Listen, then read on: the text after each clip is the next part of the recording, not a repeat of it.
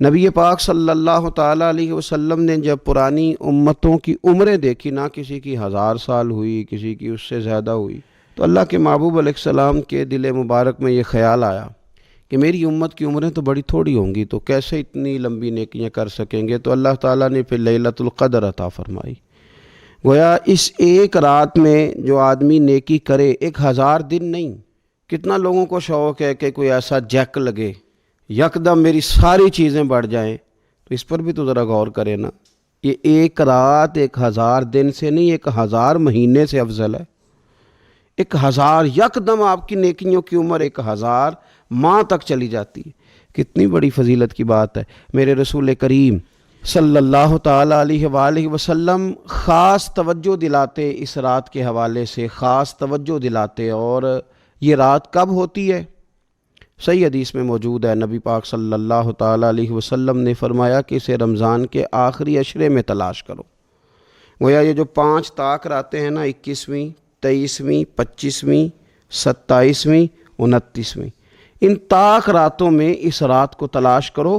اس رات اللہ کے فرشتے نازل ہوتے ہیں، آسمان دنیا پر، زمین پر فرشتے اترتے ہیں۔ حضرت جبریل امین علیہ السلام انہیں لے کر کے آتے ہیں، اور فرشتے کیا کرتے ہیں کہ جو بندہ اس رات اللہ کی یاد میں موجود ہو، جو بندہ اللہ تبارک و تعالیٰ کے ذکر میں موجود ہو، جو بندہ اس دن اللہ تبارک و تعالیٰ کی بارگاہ میں کسی بھی طور پر حاضر ہو، فرشتے اس کے لیے دعائے مغفرت بھی کرتے ہیں اور رب کی بارگاہ میں التجائے رحمت بھی کرتے ہیں۔ اور ایک روایت میں ہمیں یوں بھی ملتا ہے کہ فرشتے اسے مصافحہ بھی کرتے ہیں، ہاتھ بھی ملاتے ہیں۔ دیکھیے نا کتنی سعادت مندی ہے کہ انسان عبادت کر رہا ہو اور فرشتے اس کی زیارت کو آئیں۔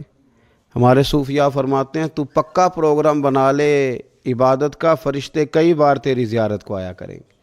اور پھر ایک اور بات یہاں بڑی قابل توجہ ہے کہ انسان جب محسوس کرتا ہے نا مجھے کچھ دیکھ رہا ہے، تو ذرا اس کی عبادت کا انداز بھی تھوڑا تبدیل ہو جاتا ہے۔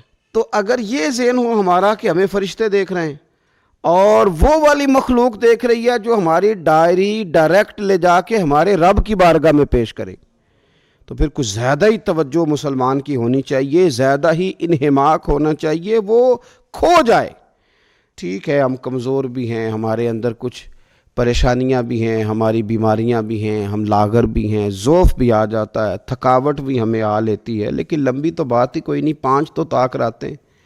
حضرت سیدہ عائشہ صدیقہ رضی اللہ تعالیٰ عنہ ارشاد فرماتی ہیں کہ جب رمضان کا آخری عشرہ شروع ہوتا تھا نا، تو نبی پاک اپنی کمر کس لیتے تھے عبادت کے لیے، خود بھی رات کو اٹھتے تھے، ہمیں بھی جگاتے تھے، کیونکہ سونے کے دن تو نہیں ہے، تو جاگنے کے دن ہیں۔ ساون کی کالی راتوں میں جب بوندا باندی ہوتی ہے، وہ راتوں کو اٹھ اٹھ روتے ہیں جب خلقت ساری سوتی ہے۔ یہ رب کے بندوں کی شان ہے۔ اور ویسے بھی درویش کہتے ہیں کہ رات پوے تے بے درداں نو نیند پیاری آوے، درد منداں نو تے یاد سجن دی ستیاں وی آن جگاوے۔ تو یہ وقت ہے خاص، اس خاص وقت اس بات کی طرف ضرور توجہ کرنی چاہیے۔ اور یہ جو کہا گیا نا کہ فرشتے نازل ہوتے ہیں بِإِذْنِ رَبِّهِمْ مِنْ كُلِّ امر، اللہ کے حکم سے آتے ہیں اور ہر کام کے لیے، ہر امر خیر کے لیے آتے ہیں۔ تو اس میں بھی ہمارے مفسرین نے لکھا ہے کہ وہ تمہارے لیے پورے سال کا فیصلہ کریں گے کہ تمہیں کیا دیا جائے گا، تم کیا حاصل کرو گے اللہ تبارک و تعالیٰ کی بارگاہ سے۔ تو اس کا معنی یہ ہوا کہ پھر تو یہ لینے کی رات ہے۔ ایسا نہ ہو کہ فرشتے آئے ہوں رب کی بارگاہ سے یہ پیغام کرم ہو کہ دینا ہے اور لینے والے سو رہے ہوں، وہ آرام میں ہوں۔ تو یاد رکھیں خیرات اسی کے پیالے میں آتی ہے جس کا پیالہ سیدھا ہوتا ہے، اور اگر پیالہ ہی سیدھا نہ ہو تو خیرات پھر پیالے میں نہیں آیا کرتی۔ تو پھر اس کو جو کہا گیا نا کہ یہ سلامتی والی ہے، تو اس میں ایک اور بات بھی ہمارے پھر مفسرین نے لکھی ہے کہ اس رات شیطان تو ویسے ہی قید ہے، اس رات بندے کا نفس بھی نہیں اسے تنگ کرتا۔ یہ طاق راتیں اتنی حسین ہے کہ تھوڑی سی بندہ ہمت کرے تو اللہ عبادت کے لیے اس کے دل کو قرار عطا کر دیتا ہے، اسے سکون ملتا ہے، طبیعت ٹھنڈی ہو جاتی ہے، اور وہ بڑے ذوق کے ساتھ اللہ کی عبادت کرتا ہے۔ خوب بیداری کا مظاہرہ کریں طاق راتوں میں۔